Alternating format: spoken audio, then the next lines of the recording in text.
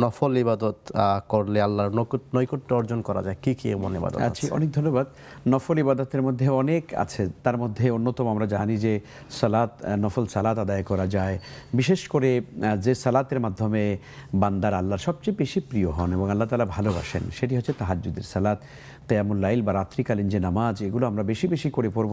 যেখানে আল্লাহ তাআলা তার রাসূলকে বলেছেন যে মিনাল লাইলি ফাতাহাজ্জাদ বিহি নাফিলাতাল লাক আসা আইয়াবআসাকা রাব্বুকা মাকামান মাহমুদা। হে নবী, আপনি রাতের কিছু অংশে দাঁড়িয়ে কিয়ামুল লাইল করুন, তাহাজ্জুদের সালাত আদায় করুন। আশা করা যায় যে ইবাদতের মাধ্যমে আপনি মাকামে মাহমুদ, জান্নাতের সবচেয়ে সবচেয়ে সম্মানিত যে জায়গাটা, সবচেয়ে উঁচু যে জায়গাটা মাকাম যার, সেটা হলো মাকামে মাহমুদ। আশা করা যায় যে সেই মাকামে মাহমুদে আপনাকে অধিষ্ঠিত করা হবে। ফলে তাহাজ্জুদের সালাত পড়ার চেষ্টা করা উচিত। বিশেষ করে এই রাতের শেষ অংশে আল্লাহ তাআলা বান্দার দোয়া কবুল করেন। দোয়া কবুল হওয়ার যতগুলো উপযুক্ত সময় আছে, তার মধ্যে অন্যতম হচ্ছে শেষ রাতের ফি জাওফিল লাইলিল আখির, শেষ রাতে এই দোয়াগুলো আল্লাহ তাআলার কাছে বেশি কবুল হয়।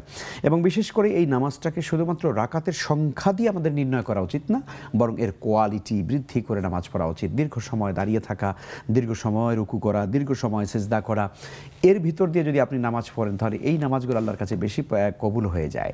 সেজদার ভিতরে অনেক লম্বা সেজদা করাটা আল্লাহ বেশি পছন্দ করেন। আমরা জানি হাদিসে এসেছে, নবীজি বলেছেন আকরাবু মা ইয়াকুনুল আবদু মির রাব্বিহি ওয়া হুয়া সাজিদ। বান্দা যখন সেজদায় থাকে তখন আল্লাহর সবচেয়ে কাছাকাছি চলে যায়। নবীজি বলেছেন ফাকসিরু ফিহি দুআ, তখন তোমরা অধিক পরিমাণ আল্লাহর কাছে চাও। তোমার নিজের জন্য চাও, পিতামাতার জন্য দোয়া করো, সন্তানের জন্য দোয়া করো, দেশবাসীর জন্য দোয়া করো, কুল মুমিনিন মুমিনাতের জন্য দোয়া করো। তো কাজেই তাহাজ্জুদের নামাজটা পড়বেন। এক, দুই নম্বরে হচ্ছে আল্লাহর সাথে কথা বলতে চাইলে মানুষ যেন আল্লাহর কোরআন পড়ে, হাদিসে এসেছে। তো কাজেই কোরআনে কারীমের তেলাওয়াত, এটাও নফল ইবাদতের মধ্যে অন্যতম ইবাদত, এটা বেশি করে করা উচিত আমাদের। এরপরে নওয়াফের মধ্যে জিকির, আজকার, তাসবিহাত যেগুলো রয়েছে সেগুলো আমরা পড়তে পারি। দান সাদাকার মধ্যে রয়েছে, দান আমরা করতে পারি। এটা হাদিসের মধ্যে এসেছে, কোনো ব্যক্তি যদি আল্লাহ তাআলা রাগান্বিত হলে তাকে যদি খুশি করতে চায় বা আল্লাহর রাগটাকে দূর করতে চায়, তাহলে সেজন্য সাদাকা করে।